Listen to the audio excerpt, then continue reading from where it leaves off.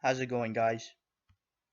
So there's a decent fight coming up in the cruiserweight division between IBO champion Marco Huck, and he's going to be defending his title against Ovill McKenzie. Now, it's a very intriguing fight, this one. Now, Ovill McKenzie, he's one of these fighters who it would be very easy to look at his record and think that he wasn't a world class fighter or, really shouldn't be fighting for a title. But if you actually watch this guy fight, and if you look at some of the names he's fought and some of the performances he's put in, he is a far better fighter than his record would suggest. Uh, to give you an understanding of the level of fighter that Ovill McKenzie is, his last fight was against Victor Ramirez, who at the time was the IBF champion, and the fight was over in Argentina in Ramirez's backyard, and the fight was a split draw. Now, the majority of people watching had Ovill McKenzie winning the fight clearly. So, Ovill McKenzie, clearly he's a guy who travels well. I mean, he can go over to the IBF champion's backyard and, in the eyes of most boxing fans, win the fight.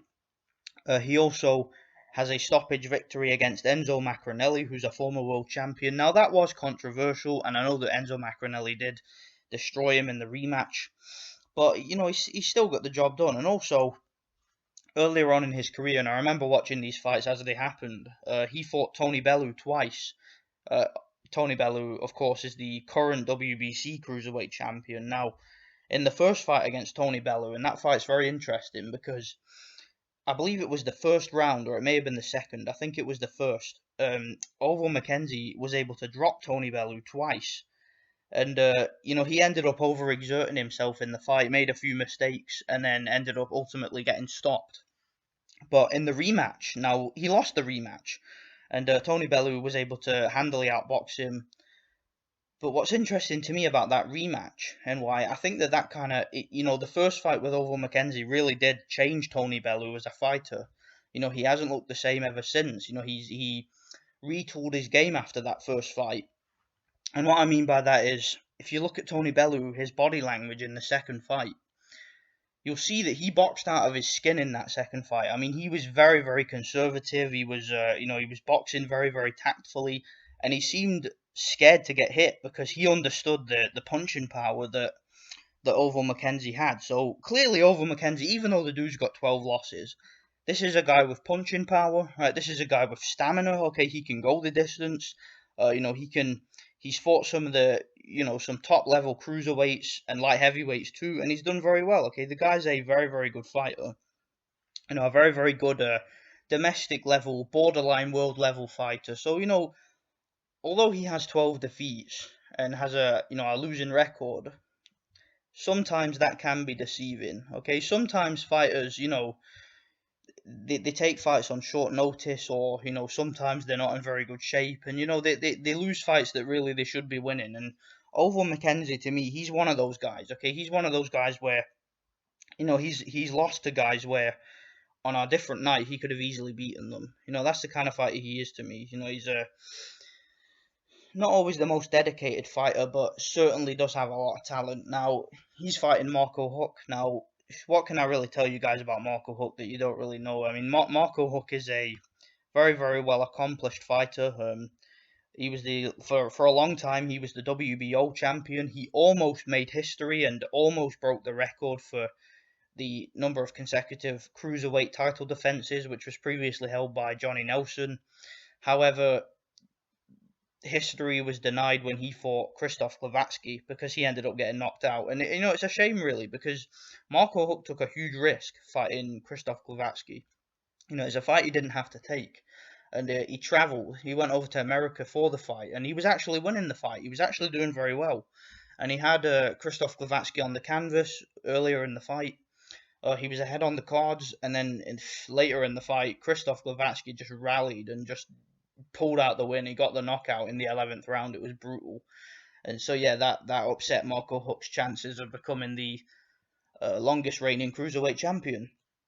But, Marco Huck, I mean, the word resume gets thrown about a lot in boxing, but, the cruiserweight division really doesn't get that much shine. And to be honest, you would be very hard pressed to find a fighter in boxing with a better resume than Marco Huck. And you just look at Marco Huck's record and the guys he's fought. I mean, he's fought Alexander Povetkin, he's fought Denis Lebedev, he's fought Steve Cunningham, he's fought Krzysztof Glowacki.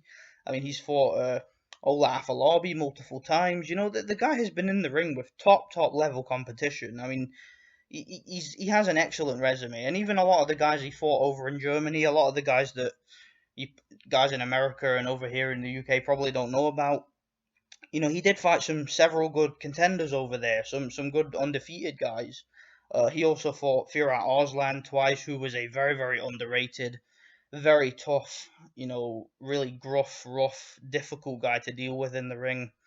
And Marco Huck defeated him twice. You know, Marco Huck, the guy's in a way he kind of reminds me of Felix Sturm, not in terms of style, just in terms of he's a guy who every time he fights, he always makes it a good show for the fans. I mean, he's always in a back and forth war. You know, he's just one of those guys. He tends to get drawn into a brawl in every single fight, and I like it. You know, Marco Huck to me, he's one of the most exciting fighters in the sport. He is. I don't think I've ever seen him fight where it's not been entertaining.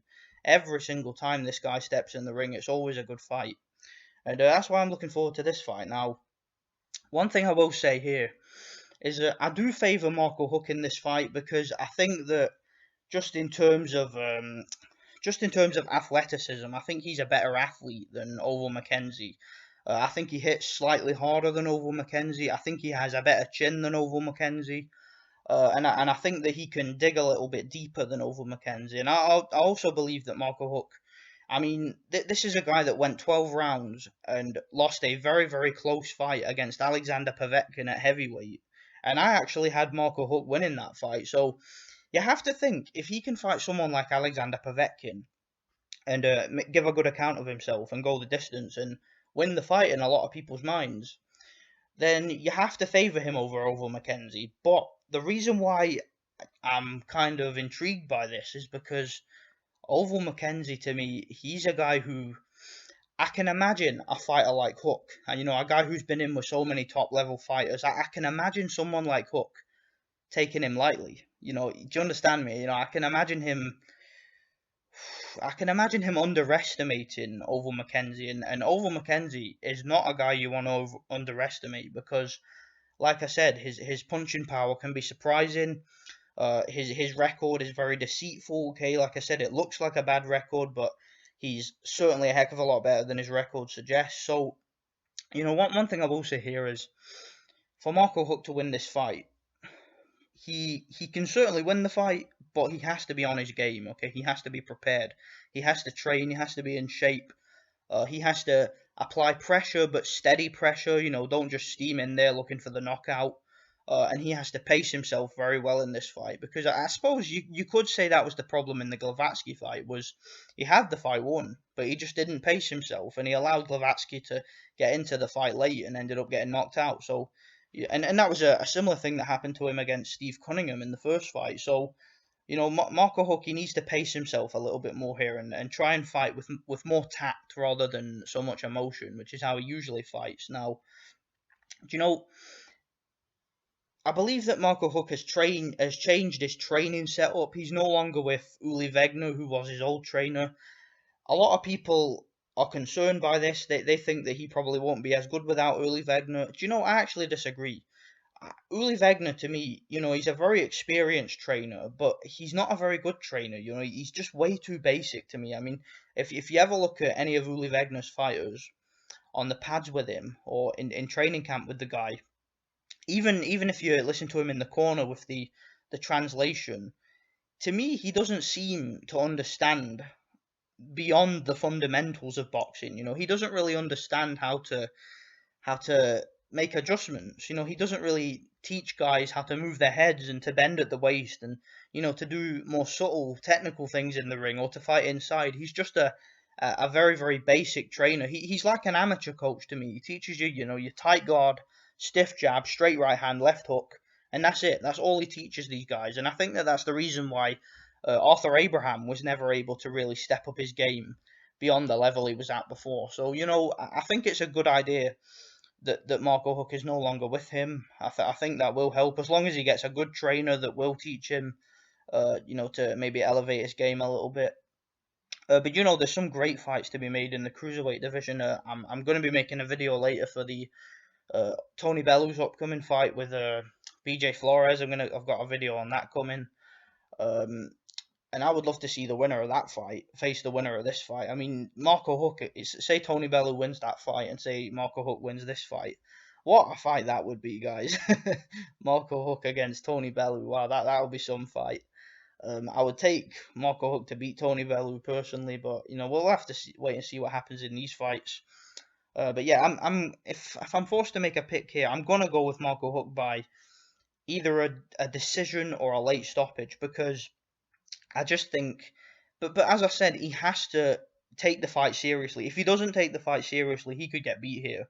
But as long as he's in shape and as long as he understands that he's got a challenge in front of him, and he turns up motivated and to get the job done, I believe he will beat Ovill McKenzie, and he could do it by stoppage. So yeah, let me know what you guys think. Thanks for watching.